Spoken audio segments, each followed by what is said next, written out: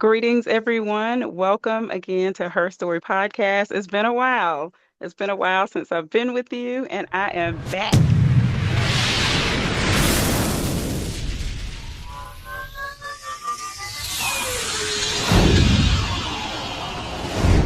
Tonight, I am here with Latasha Adkins, a wonderful friend. I have known Tasha for a very long time, and tonight, Tasha has agreed so graciously to be on the Her Story podcast tonight. And we are going to talk a little bit about managing grief. And we know that is a familiar topic for all of us.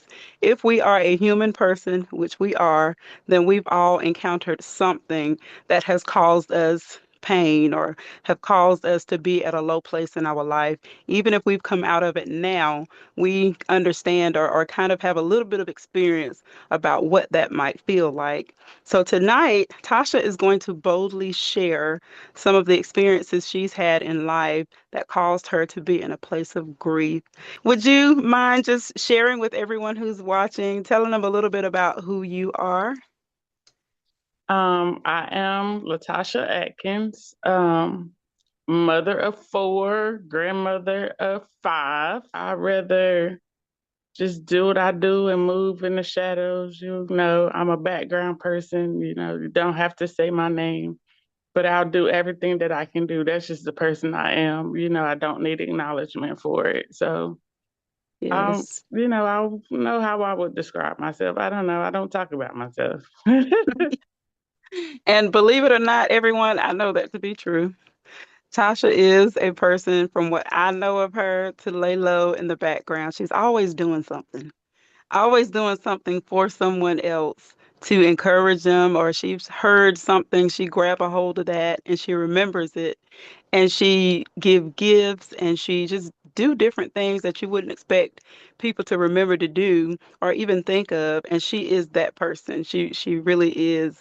So it's a lot, I'm pretty sure everyone else can say about her, even though she Yeah. can't think of anything tonight to say about herself, and that's okay. We are happy and excited to have you on the show tonight. I appreciate you giving us some of your time. Thank So you. tonight we're gonna go ahead, jump right in. As I mentioned before, we're talking about grief. Begin your journey. Tell us, what are some of the things, or you can even start at the beginning, the things that began to happen in your life and then gradually begin to trickle to the place that push to the thing that pushed you to a place of grief. So my grief started with being separated from my mom, my siblings. And even though in that separation I was placed in a home of love, it was just different not being with my mom and my siblings. So it started there, then it moved to death, and then another separation, then another death. And, it was just getting close to people and then they were not there anymore. So at that point, emotionally, where did that put you?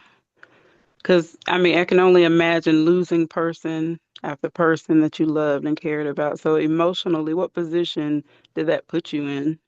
As a child, I was put in a place of, I wouldn't say abandonment, but it was a lonely place because it was um, like for example, coming to North Carolina, and it was like, why am I here and my siblings aren't? Why am I here and my mom and my dad aren't here?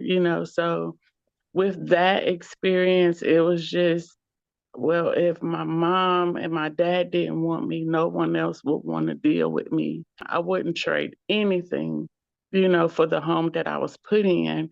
But, as a child, we're talking 9 years old, Mm. I didn't understand that. So it was just like, why we got to leave and they're not leaving, so it was internalized, what was something I did, or not understanding the situation as to why we came to North Carolina. But it brought I guess an unwanted feeling to me, like what if they didn't want me, or why couldn't we stay with everybody else? Wow. So you were the only one of your siblings that ended up separated? to a different Me state? and my little brother. So in the beginning, it was just the three of us, my oldest brother, me, and my youngest brother, and we were taken from my mom. And we were taken from my mom. And I remember my grandma, she told me, she said, I got, she was in the hospital at the time. My dad's mom was Hmm. in the hospital at the time that we were taken. And she said, I remember the day like it was yesterday. He called me crying, Mom, they got my kids. What I'm going to do? Mom, they took my kids. What I'm going to do? She said, I told him, go get them. So all you can do is go get them. But in that, um, we were, like I said, placed in a home with my dad and my grandmother. But my mom, she did the work to get my oldest brother, but left me and my youngest brother because at that time, my grandmother, my maternal grandmother, didn't get along with my dad, didn't get along with my paternal grandmother. So when she went and got him, she left us. And so, with that separation, it was just like, why she leave us? Why she didn't get us too? Why didn't Yeah, she come back for us? So, like I said, that just made it like, what was so wrong with us that she didn't get us too when she got him? yeah. Children at that age are very vulnerable um, when they're going through things. They hold on to that stuff and they internalize it. And a lot of times when children are growing up and then because one of the things, of course, the initiatives that we're working on is the anti-bully movement. And one of the Mm-hmm. reasons I want to focus on that age range of kids is because people tend to overlook that that is the stage when they are absorbing everything and they Mm-hmm. don't know how to talk about it. They don't know how to share it. So it grows in them and with them. And when they get to middle school and high school, they become the bullies, or either they Mm-hmm. get bullied because they don't know how to defend themselves because they're still broken. So what does that do for you at that age to experience my mom is not coming to get me? So at that age, like I said, we were placed into a great home, but not being with my mom put a strain on our relationship because I do remember times that she would come and I wouldn't talk to her, or there were times that she would try to check on us and I would be standoffish because it's like I didn't understand. I wasn't good enough for you to get me when you got him. So it was like, I don't know how to put it into words, but it was more so like it wasn't real, like the emotion or the love that she was trying to show, or I didn't believe it. You know what I'm saying? Like it was you only doing that because they're on you. You're not doing that because you care for real. Is how I felt. So whenever she would come around or whenever she would call, my brother would talk to her, or he was younger than me, so he would talk to her and stuff, but I didn't want to talk to her. I didn't want to be around her. Like I didn't want to deal with her because it was just like it's fake. And I couldn't receive it. Because if you loved me, you wouldn't have left me. So you don't think she was trying to rebuild that, you know, She may connection with have you? She may have been. I think for me, the reason I couldn't receive it is because I was still there. You see what I'm saying? Yeah. Like, if it was a situation to where she came back, she gathered us and put us all back under the same roof, then okay, that's different. But the fact that it was visits or phone calls, it wasn't, I'm coming to get you to take you home. So Yeah. that's what caused the separation for me, far as like, is she building it or is she genuine? I couldn't accept that because of the fact of I'm still here. Hmm. You haven't come and taken me home. So I couldn't receive that as, she was really trying to get back close to me or she was really trying to make amends. Like I said, we're talking 6, 7 years old. All I know is you ain't here. And all I know is you ain't coming to take me home. So these phone calls, I don't want that. That ain't what I wanted. I wanted to be home with my mama. Mm-hmm. So that Yeah. wasn't enough for me. Let me say that. So, in that now you and your brother, you're there with your grandmother. And, Hmm. from knowing you, I've heard you talk about a lot of great experiences with your grandmother. She Hmm. started taking you to church and different things like that. So, walk us through that? What was life like now that, okay, now we realize mama's not coming back to get us and we have to build a new life now with grandma. So, how did that go? So that, like I said, I will always say we were put in a great home because, like I said, my grandmother at the time was in the hospital. She was having surgery on her foot. So she just told my dad, go get him. It's okay, we'll go get him. So in the house was me and my little brother, my grandmother, my dad, and my uncle. And my uncle, he was younger. He was at that time, I want to say maybe 23, 24-ish. Um, so we were all, a happy family. He came and he kind of stepped into that void and filled that void in a way to where he would take us out and, he would do things with us. My dad was working most of the time, so that's what he did.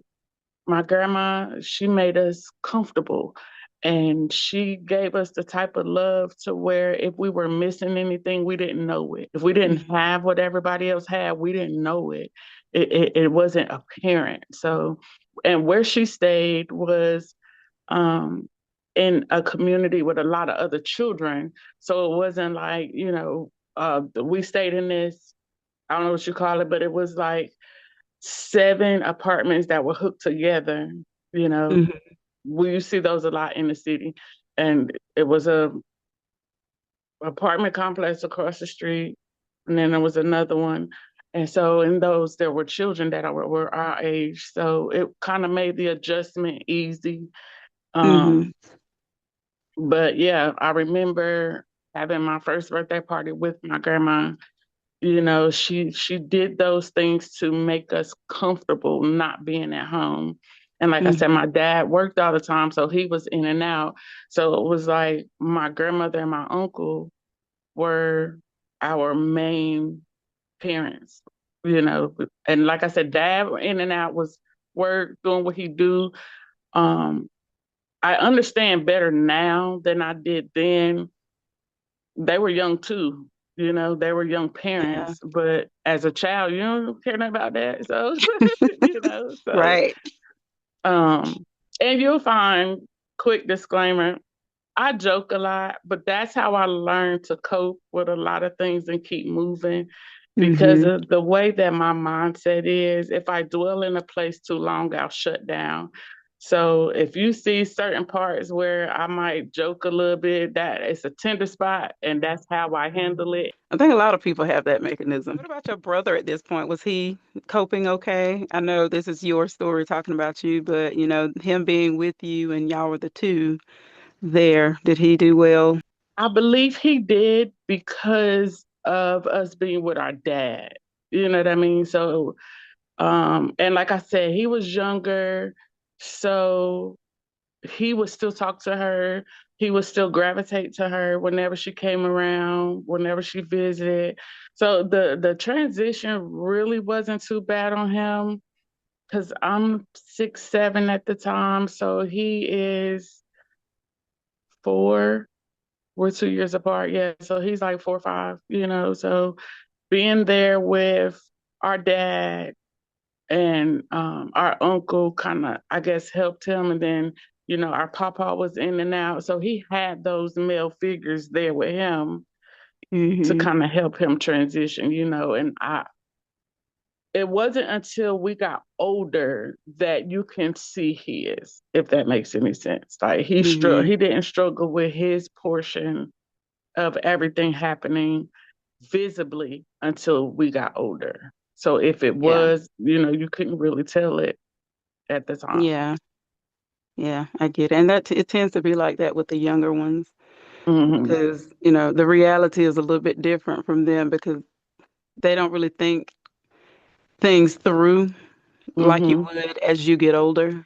Just like we say Right. now, now that I'm older and now that I'm an adult, I can see now why things Right. happen the way they did. Well, at that Yeah. age, if they're You. younger, yeah, they're gonna see things a little bit different than the child who's a little bit older. So I definitely Right. get that. So, and I know your grandmother, you spoke highly of her and how she Mhm. took care of y'all and did so much for you and made you feel comfortable where you were, made her home your home. So, when did things start progressing or start changing, even in that household?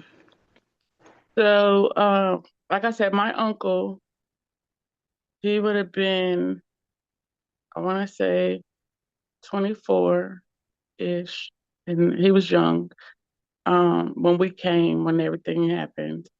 And we got really, really close. He was more like my big brother than he was my uncle. And Mm-hmm. so, he would go to the store. I'm tagging along. What hanging out. If it wasn't too adultish, I was hanging out with him. And he used to go to a card house, play cards. And he got into it with someone there, and they cut him with a rusty knife, cut him Mm-hmm. across his throat. And he was gone for a little bit in the hospital. Came back, everything was great. And then all of a sudden, he started getting really sick. And I would ask, like, is he okay? Like, what's wrong? What's going on? But as a child, they ain't telling me nothing. We Mm-hmm. talking about the 80s. You stay in the child place. Right. Right. So I didn't understand. But then all of a sudden, I start seeing him walk around with this box, and he couldn't go anywhere without this box. I'm like, what in the world is that? Come and find out it was his oxygen tank. He had to have it. Back then, there was just this big thing. It was a big box on wheels. I remember it. And Mm-hmm. he would pull it around with him. It's like, what in the world? I didn't understand. I didn't know what was going on.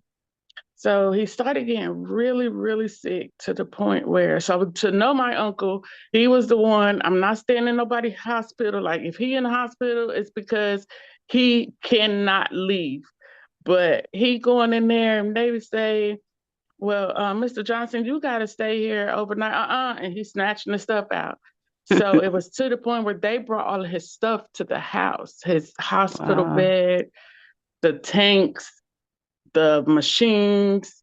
And I didn't understand. Like I said, at this point, I'm 8, Mm-hmm. getting ready to be 9. Nope, I'm 8. Yep, getting ready to be 9. So all the stuff in the house, and they did his medicine. And so when my grandma used to do his medicine in the morning, I used to watch. That was just me. Like I was on her coattail. Them two, my uncle and my grandma, if you saw them, either one of them, if I wasn't with one, I was with the other one. Like I was on their coattails.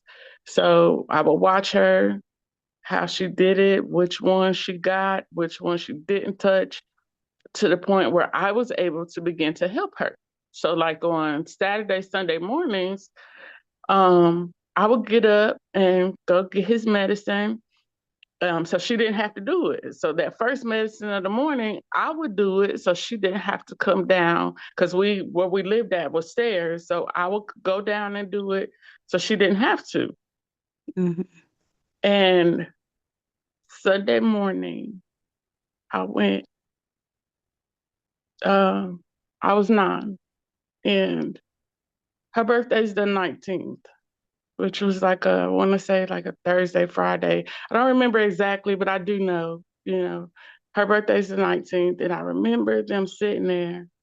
And like I said, wherever they were, I was. He said, I hope you enjoyed your birthday. This is the last one. She said, Wow. boy, that ain't funny. Don't say that. He was like, Mom, I hope you enjoyed your birthday because this might be the last one. And they laughed and, went on. And that next night, it was okay. So her birthday had to be Friday because we didn't have to go to bed that early. And then Saturday, he kept saying, Y'all, I'm tired. I'm gonna go to sleep. Cause where our living room was is where his bed was, but that's where our TV and stuff. And he was Mm-hmm. like tired. He wanted to lay down. It was kind of late though. It wasn't like late, late, but it was kind of late. And he laid. We sat there, finished watching whatever it was we was watching, and then we went on the bed. He was like, "Mom, okay, you can go ahead." This is the next day, that Saturday. And she said, "You sure you don't need nothing before I go lay down?" No, I'm okay. And Sunday morning, usual routine, I get his stuff before I wake him up. I get his pills, I get his juice, get his water, put it all on the thing, and then I wake him up. He wouldn't move. So I went to the bottom of the steps. I said, Granny, something wrong. He won't wake up. He won't get his medicine. Something's wrong. He won't get his medicine. She And screamed so loud. She screamed so loud. Call your daddy. Call him. Call your daddy. See where he at. Call your daddy. Before I knew it, I heard the squad coming. I mm-hmm. heard the sirens and stuff. So I don't know. She called. I don't know how that happened.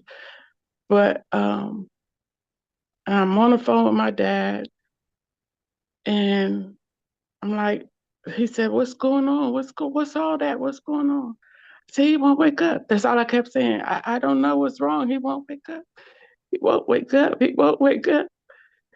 And I don't know where my daddy was, but it was like before the phone hung up, he was there. Cause my uncle's the baby. You know what I'm saying? Yeah. That was the baby boy, and he was Mm-hmm. gone, just like that. He was gone. Wow. Mm. Yeah, I could see for sure how that would put you in a place of And lowness. it didn't make sense, Like here we go from in my eyes, like I said, you gotta remember I'm 7 to 9, right? And this was like 6, 7 to 9. And it's like we're doing everything. We're going here, we're doing this, we're going at the park, we're doing this, we're doing that. And then he just started boom, boom, boom, boom, boom, going down so fast.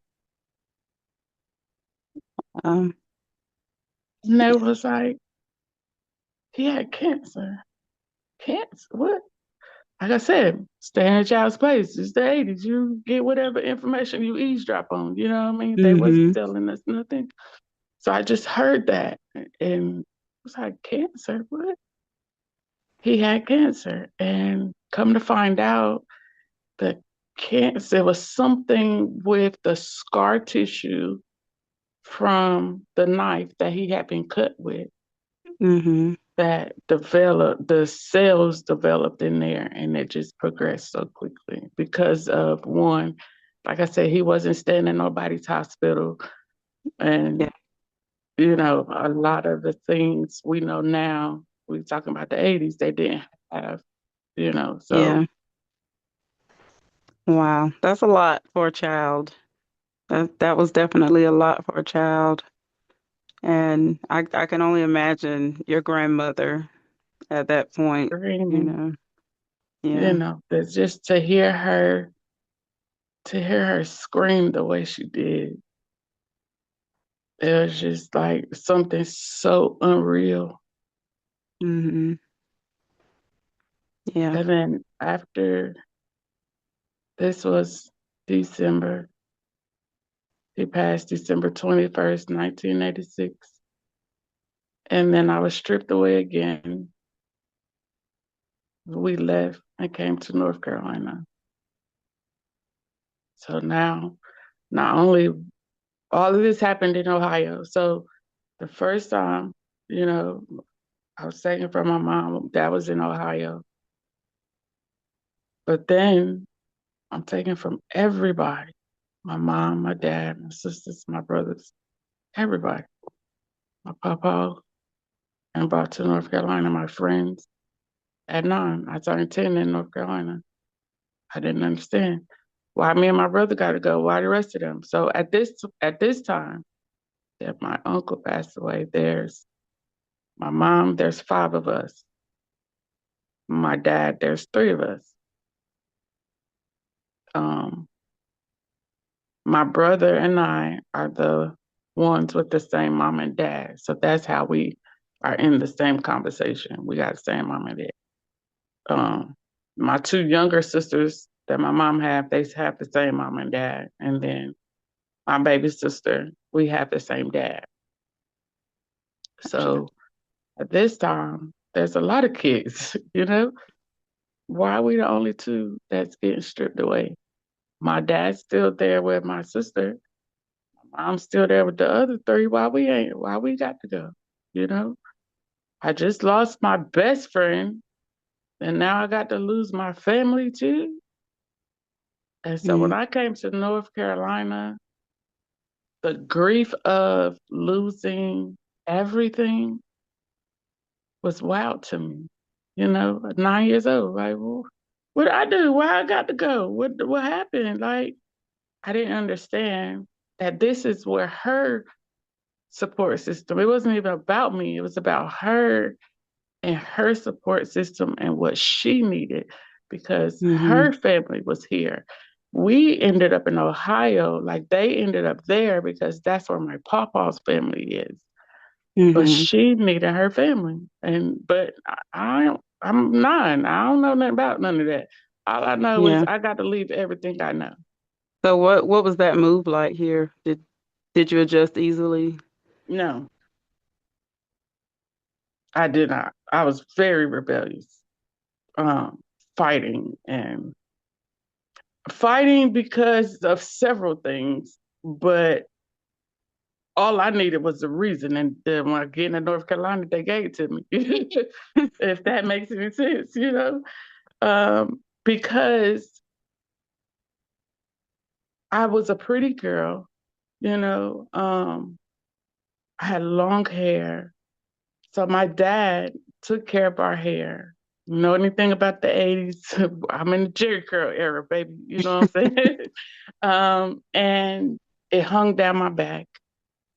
And I had an accent, all these different things. And then I'm the new kid on the block. Mm, So, of course, they going to test me and try me, and kids being kids.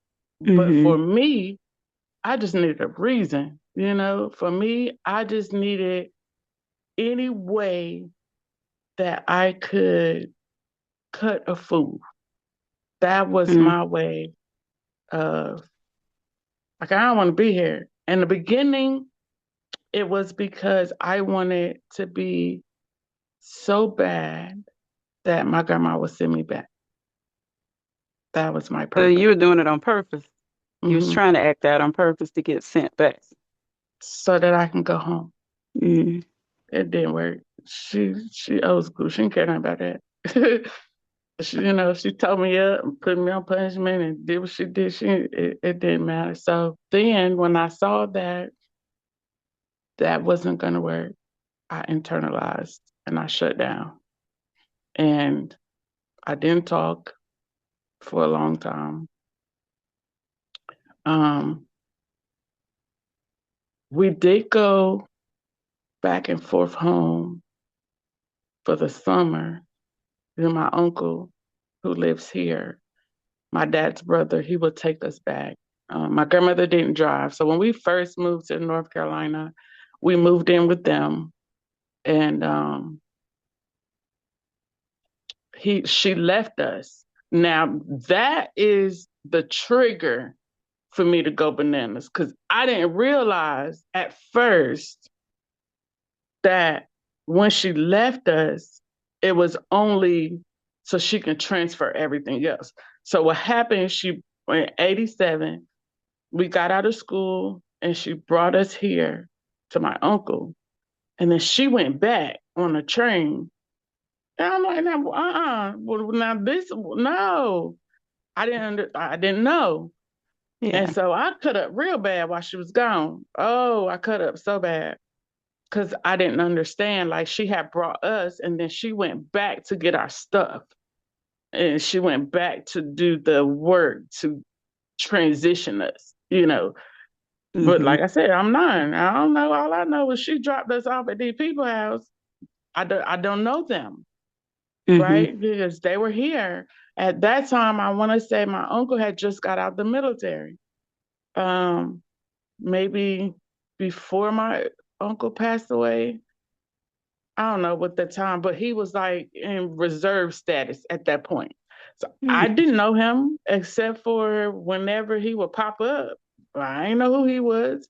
And you living me here with this man and these people, I don't know them. So yeah, I showed out real bad. And then he called her and tell this girl you coming back. Tell her you coming back here. Tell her you ain't leaving. Cause I thought she had, I'm like, in my mind, I just lost my best friend. I just lost my mom. I just lost my dad. I just lost my friends, my siblings. I just lost everybody. And she done brought me to these people and done dropped me off. Like, I didn't know what was going on. And tell her you coming back. And that's she told me, she said, I'll be back. That at this time, she had custody of us because my mom never came back. And even though my dad was in the house, my dad was not providing full support and care, if that makes any sense. So Mhm. even though her house was his residence, half the time he wasn't there. So at that point, I didn't realize she had became our guardian, our legal guardian. I didn't know. Um, so she was explaining on the phone. She was like, "I have to get all the papers and I have to get everything changed and I got to get us moved." She said, "I got to get us packed, but I'll be back." I said, "Okay." So I chilled till she got back. And then, like I said, I started acting up, thinking that if I act up enough, she'll send me back. And it didn't work like that. And I just shut down. I wouldn't really talk about it.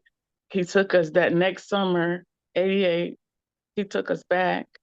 So going back helped knowing that okay, well, I I think I'll be all right, you know. I get to go home.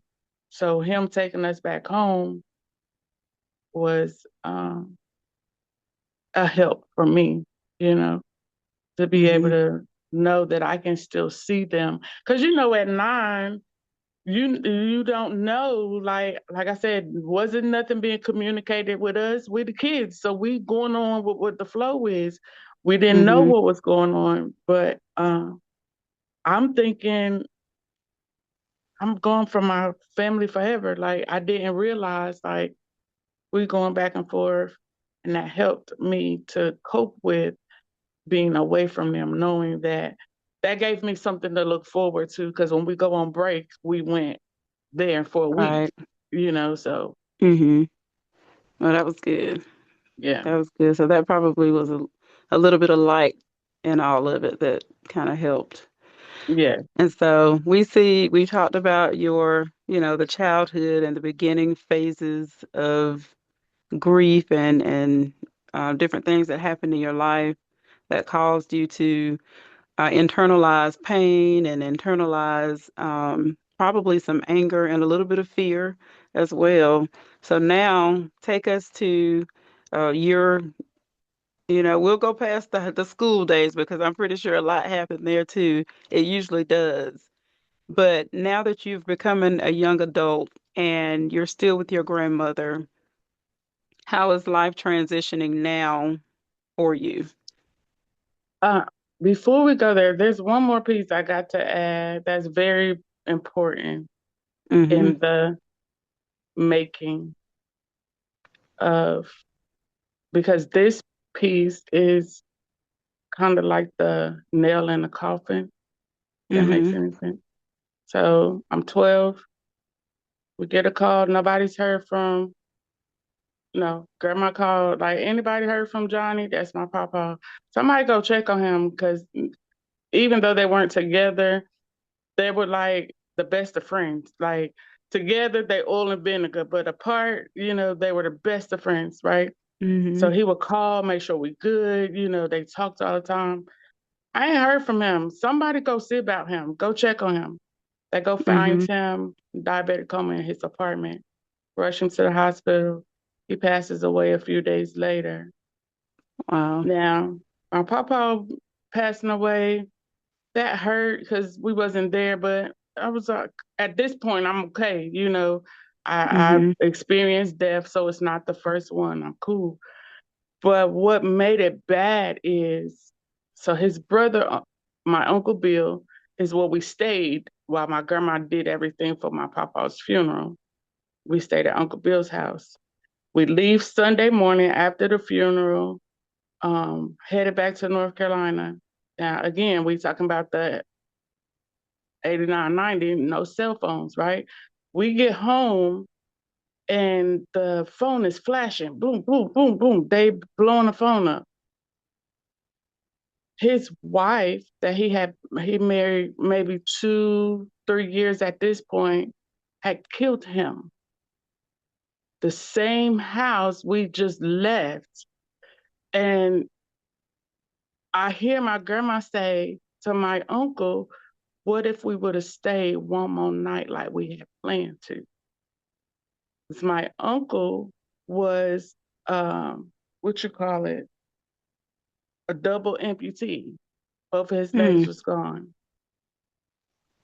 Um, they had Wow. shot him with his gun. He was in the military, so you can see where he was trying to do this to get to the door, to get to help, but they set his house on fire. You Oh. could tell from where his chair was, where they pushed him out his chair, and to where his body was found. He was trying to get to the door. The lady across the street called um, the squad to come. And she said while they were waiting for the squad, she could hear him screaming and crying for help. Somebody, please help me. Somebody, because the shots didn't kill him. He died in the fire. Had she not set his house on fire, he wouldn't have died. But like my uncle said, when somebody has something planned, because it was planned, we didn't even, when I say by the time we got home,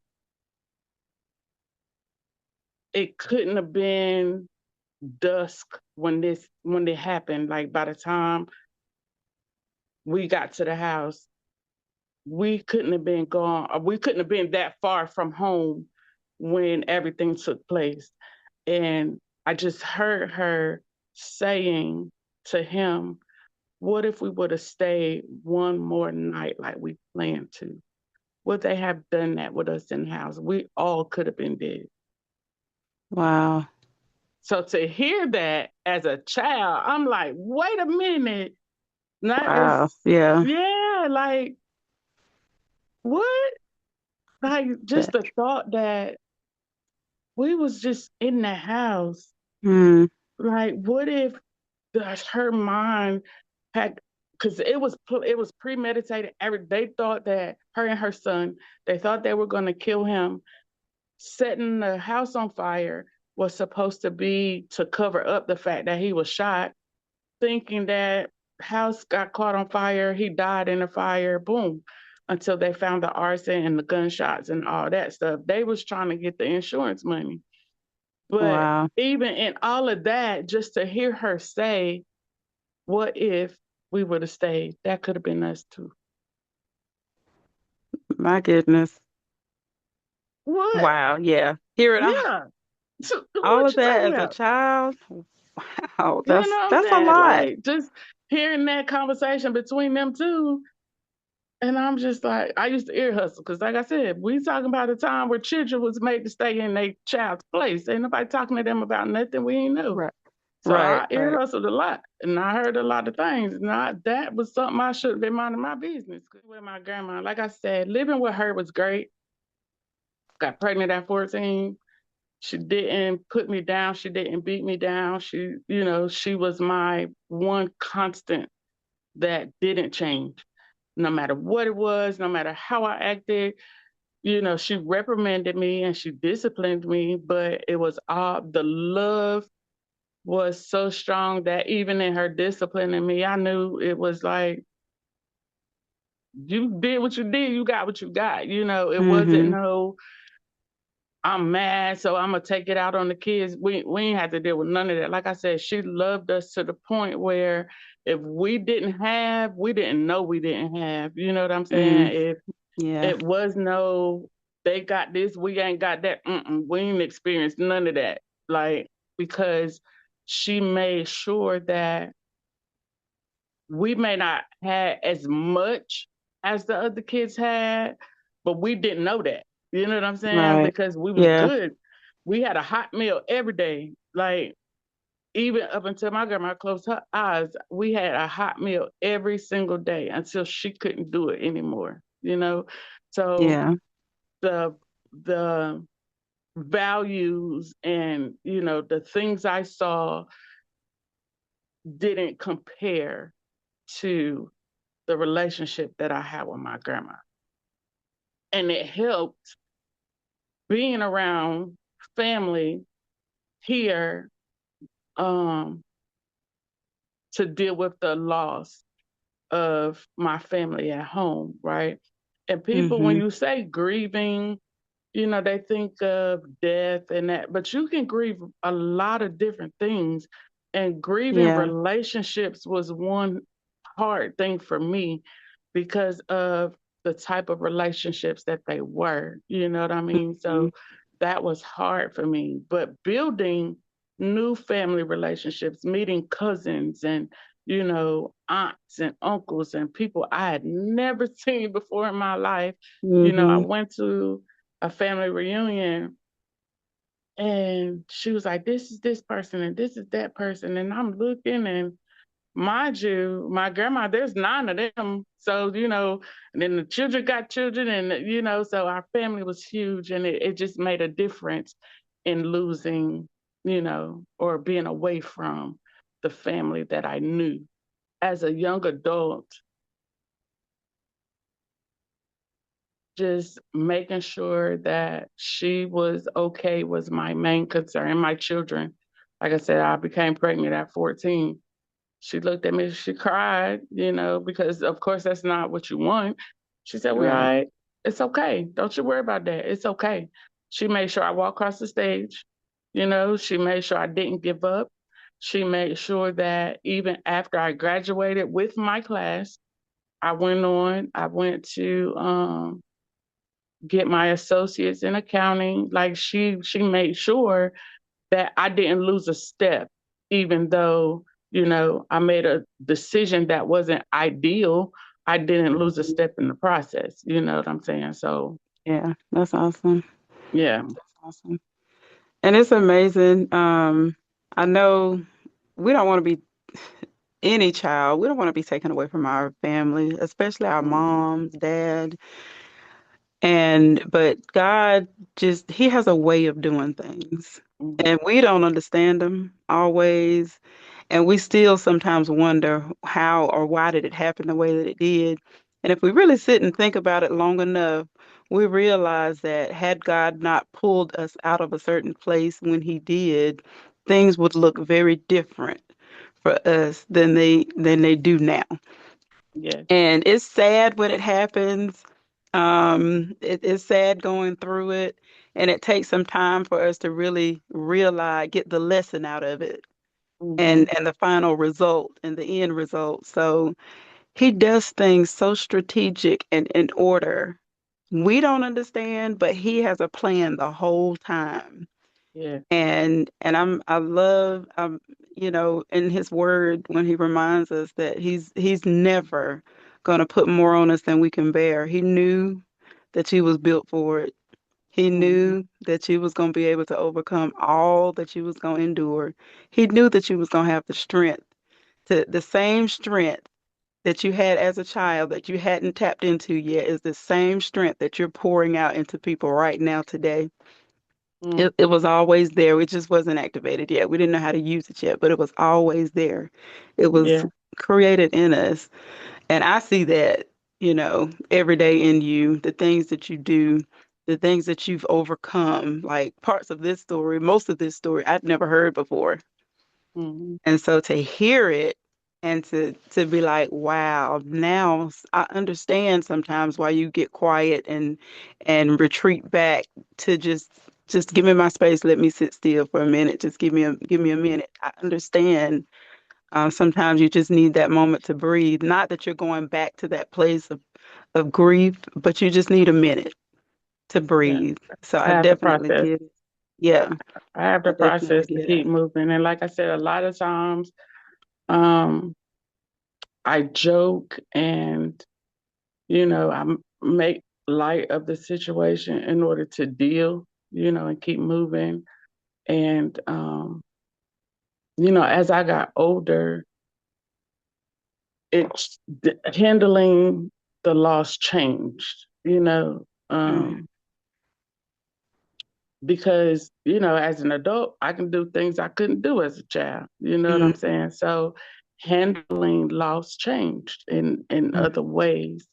um like like I said, my grandma, she was a strong force in my life, and I found out she had cancer. She didn't want to tell nobody, and we walked through it once, came out, she was good, but then it came back. And I'll never forget when it came back. I went to her. She was staying on in Elm Towers, and I went in there. And usually she talked trash to me because she threatened to take her key back. I don't need you over here every day. Well, I need to be here, so I don't know what to tell you. But I had went in there, and usually before I see her, because of the way the apartment set up, you walk in the door and it's like a really short hall, not really a hall, but it's like a little short space before I can visibly see into the living room. And so as soon as my key hit the door, she be done said something smart to me. And I went in there, she didn't say nothing. All right, now wait, is you okay? I'm fine. But she was sitting like kind of sideways in her chair. I said, you sure? She said, it just kind of hurts a little bit when I sit down. I said, all right. Took her to the doctor. They said she has a urinary tract infection. So, okay. Now, one thing I tell people is the one thing, if you know nothing else about most older people, the majority of older people, if they got medicine, they're going to take it. They don't care.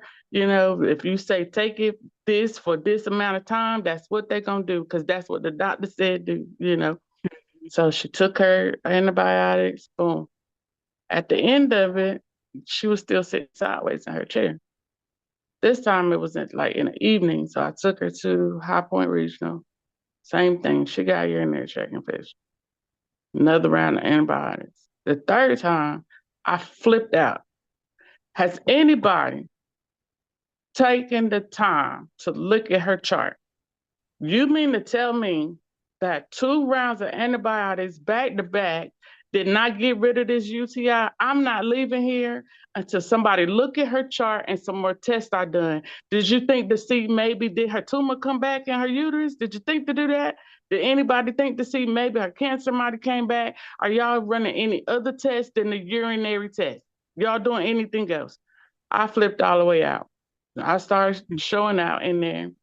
They start going, doing. They did x-rays. They didn't see what they wanted to see on the x-ray. They did an ultrasound. The time they did the ultrasound, her tumor now is the size of a grapefruit. It had come back. Now it progressed so aggressively because of the scar. So the first time she went through radiation, they burn it till it's gone. Well, the burning leaves scar tissue. mhm, So it progressed so quickly. The second time, because the tumor itself was the size of a grapefruit, but then you have it pulling all of this, or not even pulling, they said migrating. They have all of this scar tissue starting to migrate to the tumor because it was Mm, just pieces in her uterus. And so now they're all starting to stick to it. So by the mm, time this happens, we went to Novant, Winston-Salem. They gave us our options. I ain't having no surgery, but I came in here with, that's what I'm going out with. All right, it's your body, whatever you say. My birthday was August the 12th. I walked in her house. She didn't even know. Now, of all my years, the first happy birthday I got came from my grandma. She don't care what's going on. She don't care how sleepy she was. mm. At 12 o'clock, midnight, I'm getting a call from my grandma to tell me happy birthday. And then she going to sleep. I didn't get it. I ain't think nothing of it. I was drunk anyway. I ain't care, right? Later that day, that same day, I walked in there and she didn't even say happy birthday. She just looked at me. Now, mind you, let me back up just a second. She had had her first round. My birthday was on a Saturday. She had had her first round of chemo on Tuesday. Yeah, that Tuesday. So Saturday when I went in there, nothing.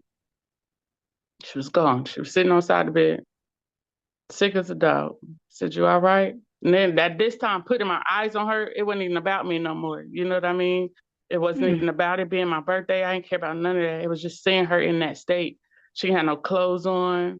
Like she had on her little slip thing that she sleep in. She had no clothes on. That my grandma get up with the chickens for no reason at all.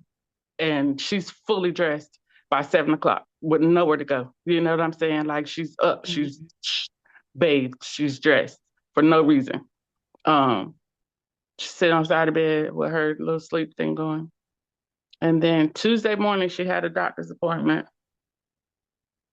and um, my aunt, she went, got her dress, got her up, showered, got her dressed, and from the time she walked from the bedroom to the kitchen to check on her breakfast and came back, she was gone. Wow. One round of chemo, a heart stop. Mm, So my aunt called me freaking out. I felt it. People say, I don't know, that people don't believe me when I say it, but the minute her heart stopped, I felt it. mm-hmm, I was at my house in my bed and she shook me. When she left, she shook me like this, straight out my sleep. My aunt was on the phone. I said, "Hello." She won't move. She won't move. What you mean? I went to get her food. She came back. She won't move. I'm barefoot. Went there. I told her to hit the box because she got one of them, what you call it, life alert boxes. Hit the box. I'm on my way. Hit the box. By the time I got there, they should have been there, but they weren't. So I mm, called back. I'm flipping out like, where the police, where the ambulance, where the somebody. They get there, they do their little stuff. They did get a faint heartbeat, but I think they was just saying that to us. She was gone. mm. Um, and my life fell apart. It broke. That was all I had, you know? And that was the only person who, no matter what, she loved me, no matter what, she didn't look down on me, no matter what, she helped me to know that everything was going to be okay. It's all right. And now she's gone. So what I'm supposed to do? You know, what I'm going Yeah. to do now? She's gone. She took care of you. She stepped in. Yeah. I didn't I didn't know I didn't know what I was gonna do, you know? Mm-hmm. So we leave the hospital and I gotta call my daddy, tell my daddy his mama gone. And I didn't know what to do. So I called. My dad's always worked third shift, so he sleep. I already know I'm calling. He didn't answer. So I called the Columbus Police Department. I said, I know this might be the weirdest request you've ever gotten. I said, but I need you to go to this address and I need you to knock on the door. It is an emergency. He needs to call me now. They said, okay. I said, I'm sorry. I said, I'm in North Carolina and I need him to call me now. He said, okay. They went, knocked on his door. And now, by this time, let me make this clear as well. I have made amends with my parents. I'm an adult, right? So at this time, I want to say I was 25, maybe. And I made amends with my parents because I said that I would rather have an adult relationship with my family than to have no relationship at all, right? So at Yeah. this point, I'm talking to my moms, I'm talking to my dad, right? So and not then within 45 minutes, he was on my phone. He said, Tasha, why you got the police at my door? I said, she gone. What? What? Granny's gone. And the way to hear my dad scream, I have never, like I said, at this point, we are back, you know, great relationship. Never heard my dad cry, never seen my dad cry. But to hear my dad cry, it was like Um, something so real, unreal. People don't realize when you the oldest, man, like, yeah. Mm, and to be in charge of everything, like funeral and picking this and doing this, and then you got so many people want to do this and then it's like the the foolishness, yeah. the foolishness. I ain't never in my life. Here go her siblings, and they wanted this and they wanted that, and then the children. Well, why we can't this and why we can't that, and I'm just like, where the money then? You know what I'm saying? Like, Yeah. I know what she said. So I'm going to do what she said. I don't care what none of y'all talking about. My uncle, why not just cremate her and keep the money? Nigga, you ain't paid for nothing. She didn't want to be cremated. You get cremated. Like, I'm flipping Mm-hmm. out because, like, y'all be quiet. What you talking about? And it was just the fact that I was over everything. Everybody was mad because it's Mm-hmm. like, you the grandchild. Why you over everything? Why you think I'm over everything? You know what I'm saying? What do you think that was going on in this lady's mind that this is the one I got to have over my stuff? Why you think she did that? Because she knew I was Mm-hmm. going to do exactly what she said. Losing my grandma took me to a whole nother dimension. I tried to kill myself and everything. Wow. We at this table and they talking and they talking and they talking. And I said, which one of y'all helps her pay these premium policies, these premiums? Which one of y'all paid these policies for her? Which one of y'all made these payments? Oh, did she getting what she want? I don't want to hear Mm-hmm. none of that. I don't care. I didn't even make those payments. She made those payments every month until she left here. So I'm gonna do with this money what she wants. Mm-hmm. But it's her money. She paid for it, you know. And All then she right. had jewelry. So you know me. You know what I'm finna say is not a story. Anybody who knows me knows what I'm finna say is not a story. Giving gifts is my love language. You understand? With you, Mhm. if I hold you that close to me, giving gifts, that's my love language. That's what I do. So she had jewelry. Then if I went and bought me a piece of jewelry, I bought her a piece too. So Mhm. she had her rings. And I bought her a mother's ring, and they had all her children's names on it, all their birthstones. She has like 3 or 4 other ones, and I put every last one of them on her finger. Why you want to keep them? Why you want to keep them? We could get some money out for that. Man, if you don't get out of my face, Wow. each and every one of them, except for the pieces that I wanted to keep, went in the ground with her. They hers. Them ain't my children. I don't want that. You know what I'm saying? Mhm. No, Mhm. all of that's hers. And I bought it, so it's going with her because that's what I said, you know? And Mhm.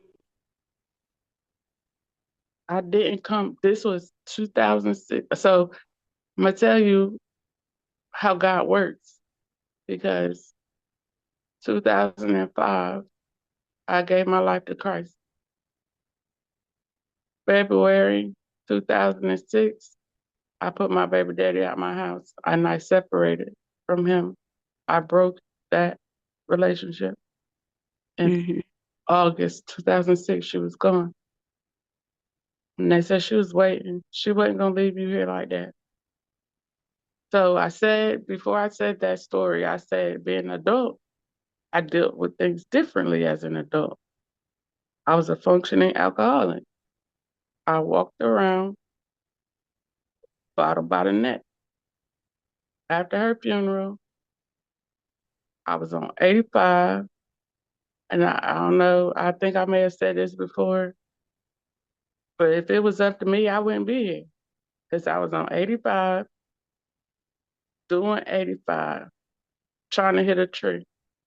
And every time I tried to turn to try to crash my car, it wouldn't move.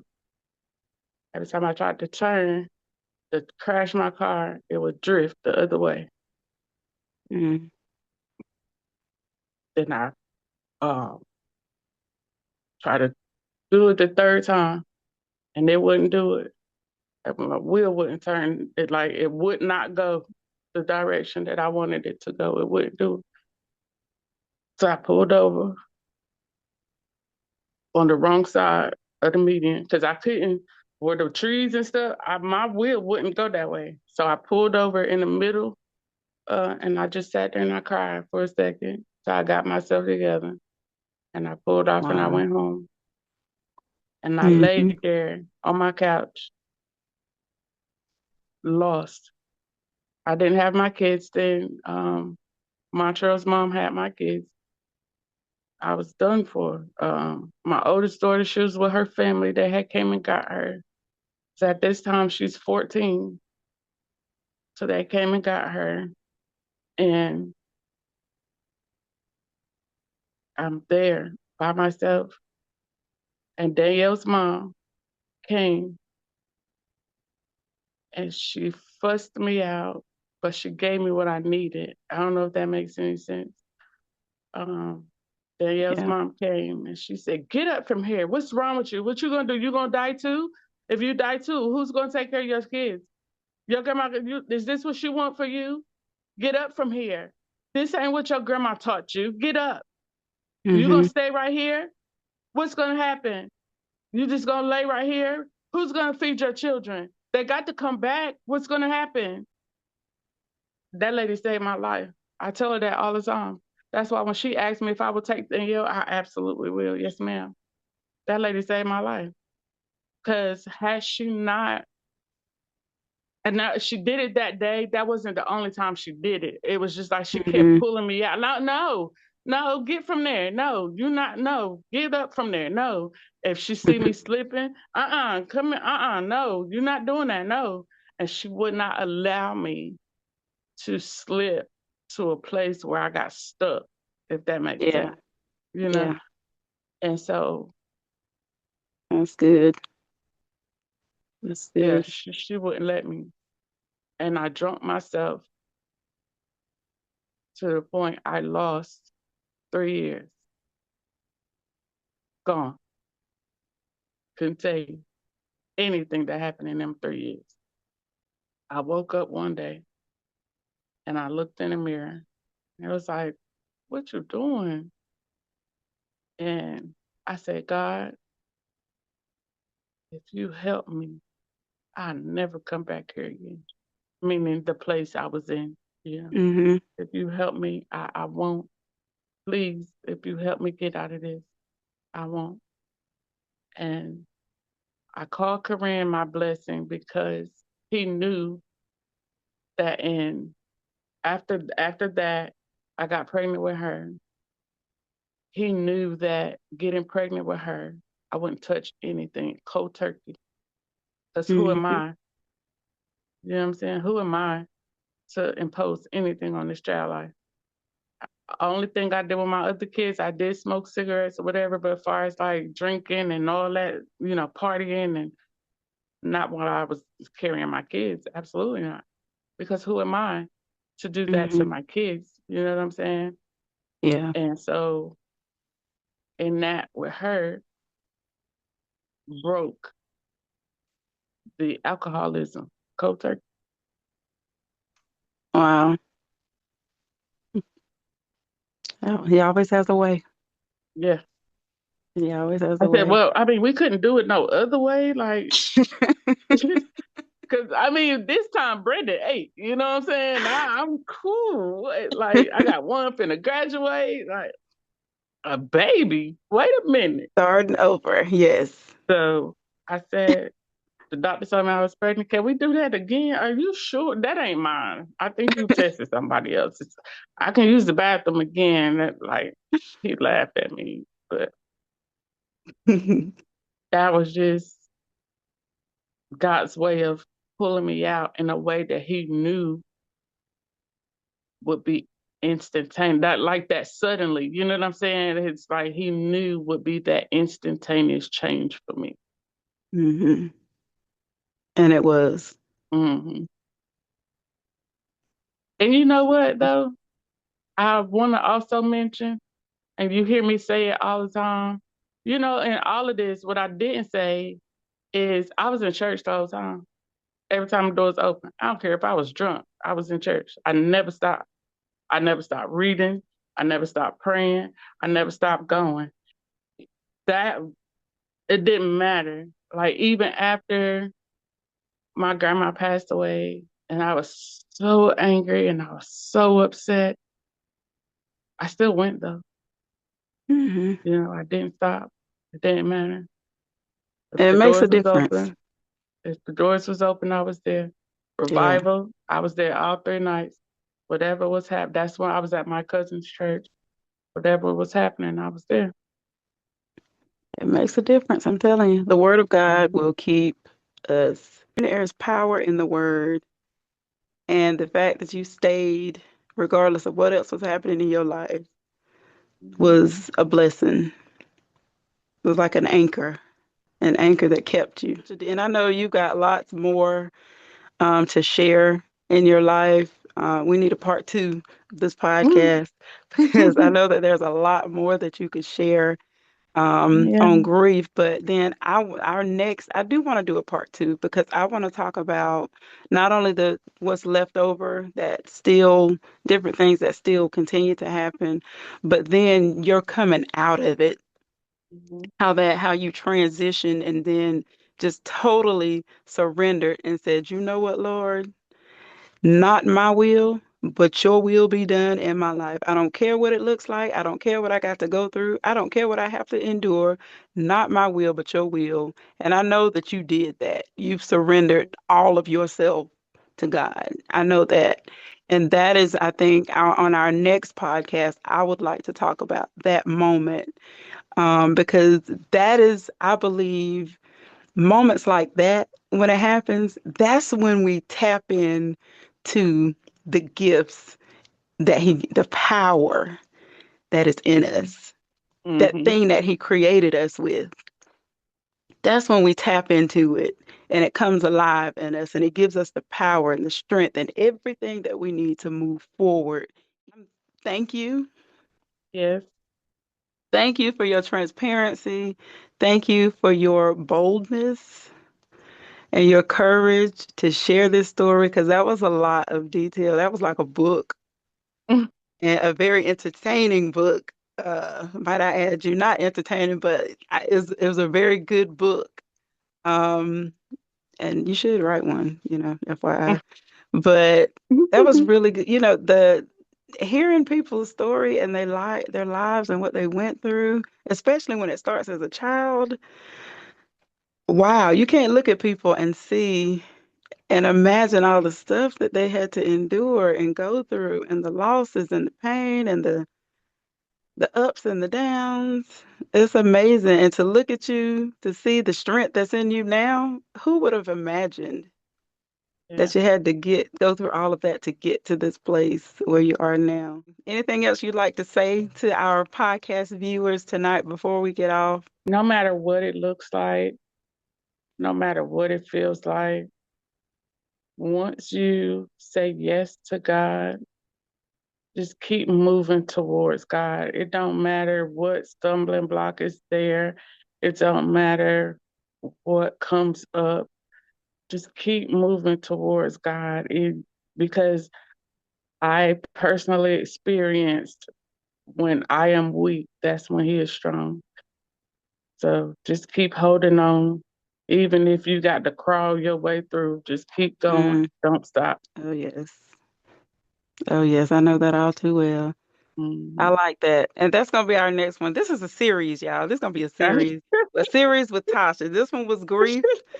The next one is when you're weak, he'll be strong. We're going to talk about that. That's going to be our next one. And we may even have a third one. You never know because Yes, sis. I love what you're sharing and I love the power that's coming out of it. And I love the fact that this is going to touch and bless somebody else who have been to that place, may not be identical, but have been there and still is stuck in a place of Mm-hmm. grief or don't know how to come out of it or don't realize how valuable they are. Yeah. Um, so this is going to bless somebody. So yes, absolutely. Series Amen. part two Yes. to come. Part To two to come. come. Yes. Yeah. Thank you, Tasha, for joining me tonight. And we will see you again very soon.